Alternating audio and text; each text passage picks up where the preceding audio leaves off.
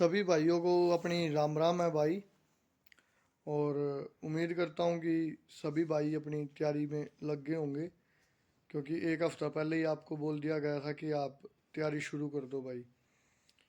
और ये वीडियोस तो वैसे बहनों के लिए बना रहा हूँ, लेकिन युवाओं को भी एक बात बोलूँगा कि ये मौका आपकी लाइफ में दोबारा नहीं आएगा। तो आप अपनी जो भी ढीलापन आपने दिया हुआ है उसे कृपया करके टाइट कर दें और अपनी तैयारी शुरू कर दें भाई। क्योंकि हमें 19 तारीख को ही ये पता चल गया था कि हम एज रिलैक्सेशन मिल चुका है।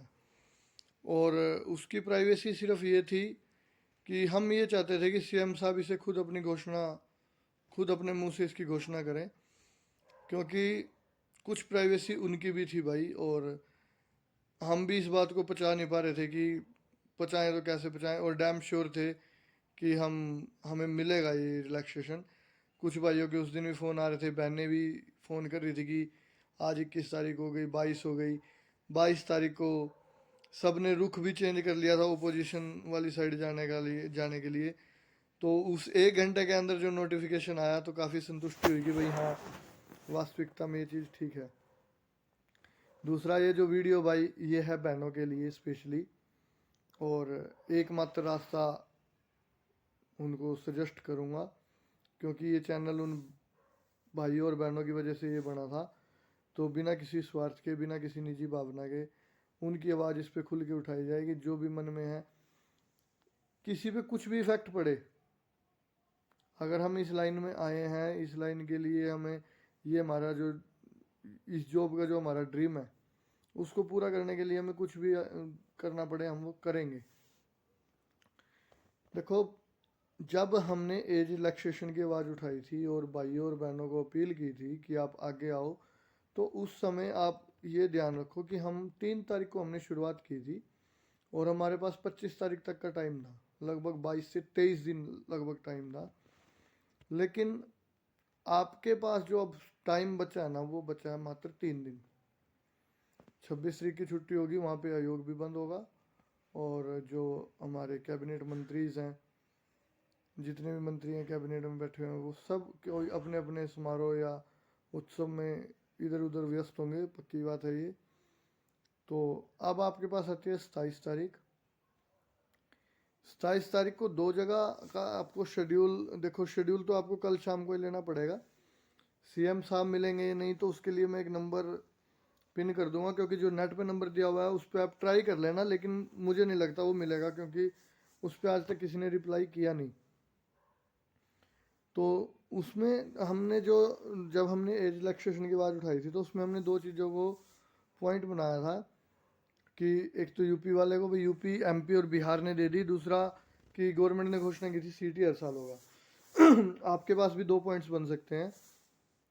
एक तो ये कि जब वैकेंसी विड्रॉ की गई उस टाइम वैकेंसी ज़्यादा थी, और जब री एडवर्टाइजमेंट की तो वो वैकेंसी कम करके दी गई हैं। वैकेंसी का डाटा आप देख के और उसको अच्छे से लिख करके एप्लीकेशन में तब आपने उनके समक्ष रखना है। दूसरी बात, दूसरा जो सुझाव दूंगा, एक तो ये हो गया आपके पास वैकेंसी कम का। दूसरा पॉइंट्स आप ये लिख सकते हो कि गवर्नमेंट ने घोषणा की थी कि हम पुलिस में महिलाओं को 25% रिजर्वेशन देने वाले हैं, उनकी सीटें 25% रिजर्व रखी जाएंगी। अब आप ये देख लो कि आदमी जो मेल की सीट है वो है 4500। तो दूसरी बात ये है कि 4500 का भी अगर आप 25% करोगे तो 1000, 1100, 1150 के आसपास सीट होनी चाहिए। दूसरा, 25% रिजर्वेशन हो गया, सीट कम करके दी, तो ये 2 पॉइंट आपके पास हो गए। एक कुछ बहनें कह रही थी कि फॉर्म वो कैटेगरी पिक नहीं कर रहा है, कि उसमें एक पेज नंबर 4 पे थोड़ा पॉइंट नंबर 8 में दिया हुआ है 5 साल का रिलैक्सेशन दिया हुआ है अलग से, वो है डिवोर्स जो लेडीज़ हैं उनके लिए, बहनें हैं जो मेरी, और विडो के लिए हो गया। एक वो फीमेल जो जुडिशरी के थ्रू जिसको सेपरेट किया गया, जुडिशरी ने सेपरेट रहने के लिए बोला, वो भी 2 साल पहले तक, यानी वो जुडिशरी का फैसला 2 साल पुराना होना चाहिए, तब आपको मिलेगा। एक अनमैरिड जो लड़कियां हैं उनको 5 साल का एज में छूट मिली है। तो कुल मिला के अगर हम देखें तो 38 साल तक उनका बनता है।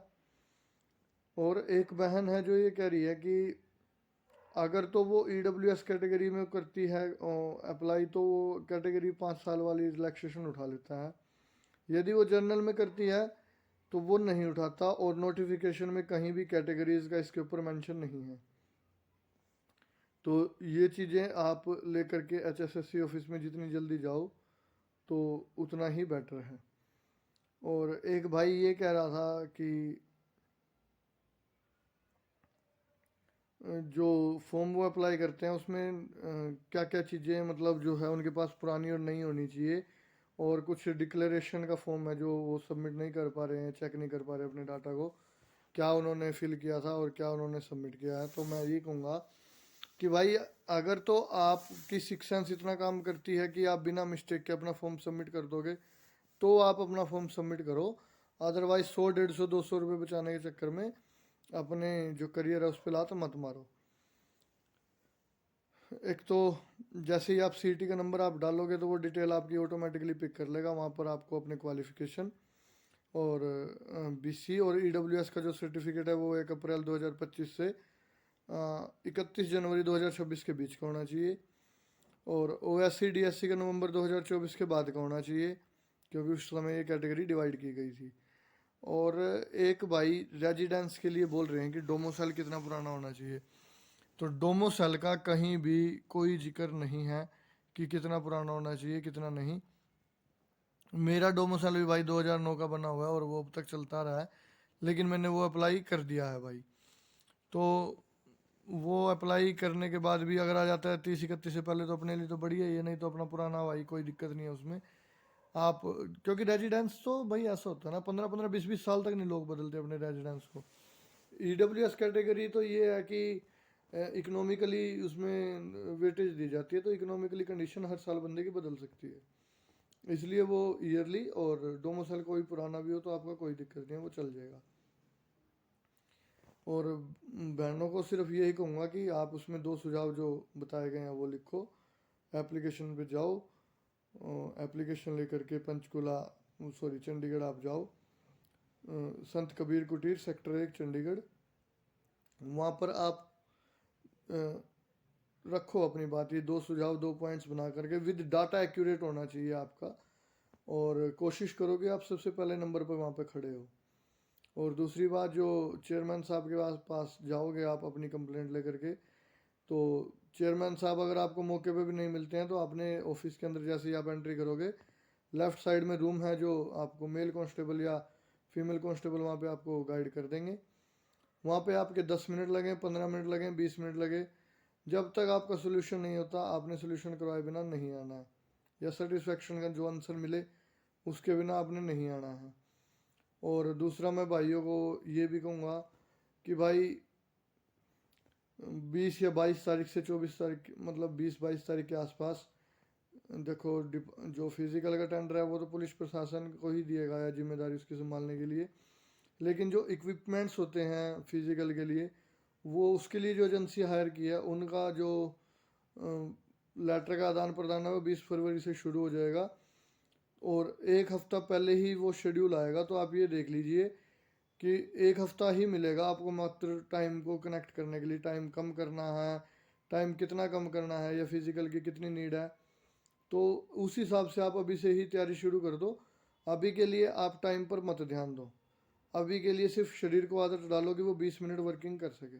20 मिनट में आप 3 किलोमीटर 3.5 किलोमीटर जितना भी जाया जाए, अगर आप नहीं भी जाया जा रहा तो आप 2 किलोमीटर का अप डाउन कर लो या 1 किलोमीटर का अप डाउन कर लो, मतलब 20 मिनट आपको देने ही देने हैं। जैसे ही आपका स्टेमिना 1 हफ्ते तक बन जाता है, 1 वीक तक, तो उसके बाद आप थोड़ा सा उसको इंक्रीज़ करो डिस्टेंस को। और फिर उम्मीद है भाई ऐसा जो गाइड करते आए हैं लोग या बड़े बुजुर्ग हमारे जो पहलवानी टाइप के होते थे, तो मतलब आप खुद समझो कि 1 हफ्ते तक जब शरीर को आदत डलेगी तो वो सब चीज़ नॉर्मल होने लग जाएगी। आप उस चीज़ पे थोड़ा मतलब अपने सिर्फ हेल्थ पे ध्यान दे करके काम करो। तो ठीक है भाई, सिर्फ यही इन्फॉर्मेशन आप लोगों को देनी थी। तो जय हिंद जय भारत। और बहनों को सिर्फ ये कहूँगा कि आपके साथ पहले भी खड़े थे, अभी भी खड़े हैं, आगे भी खड़े रहेंगे। और एक किसी भी आप ऐसे एंटिक चीज़ के पास मत जाइए, क्योंकि जो उस समय पद पर बैठा है ना, उसको आप देखिए कि उसको किससे जवाब सुनना अच्छा लगेगा, तो उस व्यक्ति के पास आप जाइए। हमारे जो भाई थे या बहनें थी जो भी थी, हम उसी व्यक्ति के पास गए जिसका वार्तालाप पद पर बैठे हुए व्यक्ति के साथ अच्छा है। तो पद पर बैठे हुए व्यक्ति का वार्तालाप जिस व्यक्ति से अच्छा है, आप उस हर व्यक्ति के थ्रू अपनी आवाज़ पहुंचाएं। और ये मत समझना कि फॉर्म क्लोज हो गए तो ये आवाज़ नहीं उठेगी। फॉर्म क्लोज होने के बावजूद भी सिटी पुलिस एडवर्टाइजमेंट पे लिखा हुआ है कि आयोग को ये अधिकार है कि आयोग अपने अधिकार को मद्देनजर रखते हुए वैकेंसीज को इंक्रीज या डिक्रीज कर सकता है। आयोग का निर्णय फाइनल होगा, तो उसके बाद भी आप चलते रहो, कोई दिक्कत नहीं है। जब तक तोड़ेंगे नहीं तब तक छोड़ेंगे नहीं। ये एक आप इसको अपने ऊपर लो या फिल्मी डायलॉग लो, वो देखो आपको अपना काम निकालने से मतलब है। तो सिर्फ यही कहूँगा कि आप करो शुरुआत इसकी, हमें कोई आपत्ति नहीं है किसी प्रकार की, लेकिन गलत टारगेट, किसी भी चीज़ पे गलत टारगेट नहीं होना है किसी से भी, और ना किसी को करना है। तो जय हिंद, जय भारत, ऑल द बेस्ट भाई सभी को।